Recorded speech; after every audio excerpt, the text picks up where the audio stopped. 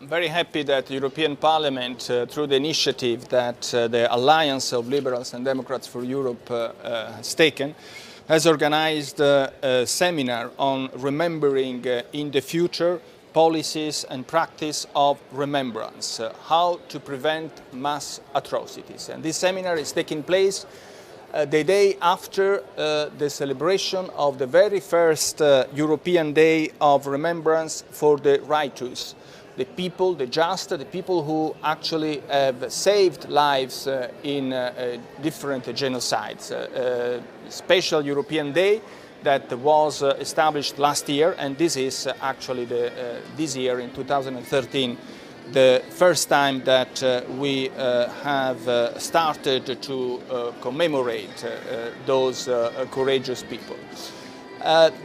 Memory and preservation of memory is not a goal per se. It is something which is instrumental to prevent further genocide and further mass atrocities across the world.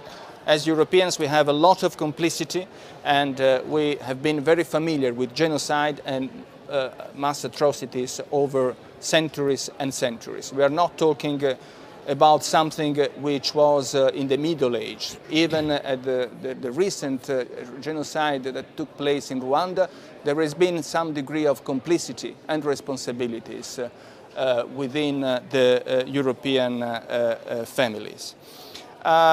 It is essential to preserve the memories, and it is a very complex effort which is in need to be taken by institutions, by appropriate legislation, by the media, by the education system, by the cultural debate. And for these reasons, we have gathered a number of experts from different European countries, and not only from European countries. We also had the privilege to have Adama Dieng, who is the special advisor for prevention of genocide and mass atrocities at the United Nations. It is also for a European a way to indicate the preservation of the memories, a way to shape our identity as Europeans. I think that the European people who needs to have their place in the 21st centuries need to base their identity on values, on ethical standards, and again of memory. Without that, I don't think we will ever be a community, we will ever be really people with a collective dignity. So, for these reasons, it's very important, I believe, the kind of exercise that we did establish today. I would like to once again say that the work which the Alliance of Liberal and Democrat is doing to further strengthen the need for preventing atrocity crimes is laudable. Remembering and dealing with the past is critical to prevent genocide, to prevent atrocity crimes. Following the Holocaust, the world did say, never again, nunca más, jamais plus. Unfortunately, the world witnessed many genocide since. In 1994, Rwanda faced a genocide of Tutsi people. 1995, Srebrenica. Drawing the lesson of those failures, the United Nations decided to establish my mandate to prevent genocide. What a difficult task, but a task which we have to make doable.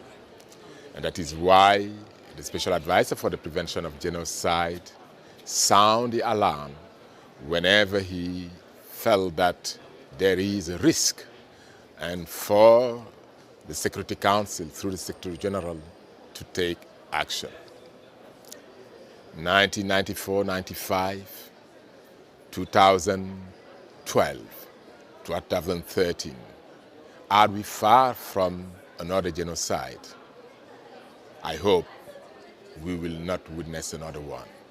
But looking the rise of tension, ethnic tension, religious tension in all parts of the world, looking into a movement which started as a protest for more freedom, for people being empowered in Syria.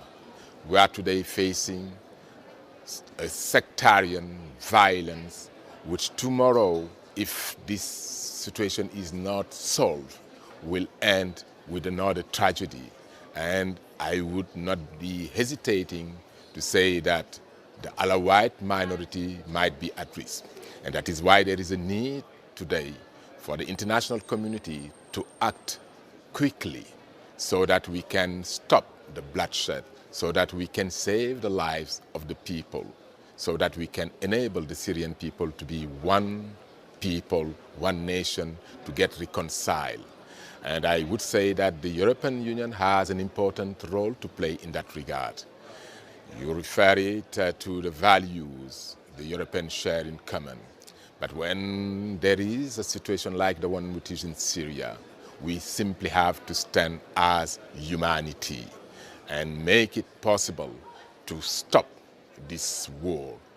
And I think that's required courage, that required leadership, and we have to make possible for the European Union throughout all its offices to use the atrocity prevention lens, which is, of course, distinct to the conflict prevention, but they are complementary.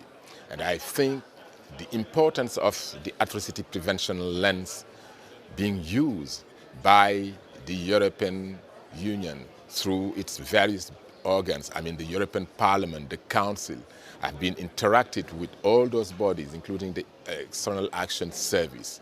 And it is my sincere hope that prevention, atrocity prevention lens will be at the core of its consideration. At the end of the day, preventing is much cheaper than curing. And it is indeed important for the European Union, which is present all around the world, which is the unique regional organization with a global focus, to be able to influence processes preventing genocide, preventing crimes against humanity by using the atrocity prevention lens. And in that regard, I am confident that the work which is being done from Brussels, from Strasbourg, the work done throughout the various capitals of Europe will bear fruit. But one thing we have to bear in mind, we need to develop more partnership. Other regions have tried doing something. The African Union has a constitution which recognize the responsibility to protect. They don't call it like that, but it is to simply the passage from non-interference, which was the rule before, to non-interference. In other words, the African leaders agreed in 2000 that no longer they will sit watching African people to be subject to a situation where they may be killed through genocide, crimes against humanity, war crimes. You go to Latin America, there are initiatives, a network of 18 Latin American countries. The Asian countries also is embarking, and a couple of days ago, on the 28th of February, there was the 4th Regional Forum on the Prevention of Genocide in Cambodia. So we hope sincerely that prevention will be the core of all activities. And Secretary General Ban Ki-moon, in his report 2013, will focus on prevention from the state responsibility perspective, because it is primarily the responsibility of member states to prevent those crimes. It is also our responsibility collectively and individually. What a tremendous challenge your mandate is, and what important step for our civilizations. Professor Teti, research director of the Global Security and Governance Center. Yeah, and the European Centre for International Affairs that we helped organise this. So thanks very much. I mean, I think that the task that we have before us is absolutely momentous. And you know, in our earlier discussions, we spoke, I think, about 2 points that were really crucial. One, which you highlighted, which was the question of mass atrocities and genocides always being part of a process, a plan that goes from planning stages all the way to mass atrocities and genocide that are the final terminal point. And that we need to be able to intervene. We need to give ourselves the instruments, legal and political, in order to intervene earlier on to prevent as much as possible, however difficult that process is. I think we have a moral duty in order to intervene as early as possible, which makes one of the points that you were raising earlier on extremely important, which is that this process starts with the marginalization, the cutting off from the social body, the community of an individual, a certain kind of individuals.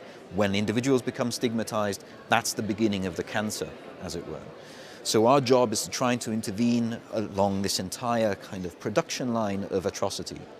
And it's a daunting task. It's a daunting task indeed, because it requires, I think, 3 elements, which I think were represented very well in our discussions. Institutional design. We have to have international organizations that are capable, that have the legal remit as well as the ability to intervene specifically in situations that arise.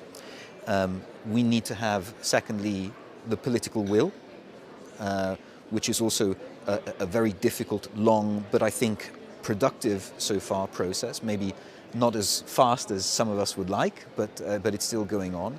And it involves R2P, it involves legislation that's been passed by the European Union, by other international bodies. And then it involves fundamentally, at a third and final point, the idea, I think, of society that we have, to give ourselves projects that are inclusive and progressive. And I think here, all in our different remits, we all have a role to play. Because the discussions that we sometimes have focus primarily on individual rights, on the violation of the individual rights. But the processes that you both highlighted earlier on signal to us the importance of intervening earlier on processes of marginalization and radicalization. And that, to me, I think means emphasizing, retrieving from our own history, in the European case, retrieving a progressive project of what society is. A progressive project which is inclusive, such that it brings everyone on board, and that is maybe the most, perhaps abstract, but the most effective way of intervening against the very beginning of those processes of radicalization that end up in the final moments of mass atrocity and genocide. So I think all of us in our different capacities as politicians, as representatives of international organizations, and as researchers, it's incumbent upon us to work together in order to speed that process up.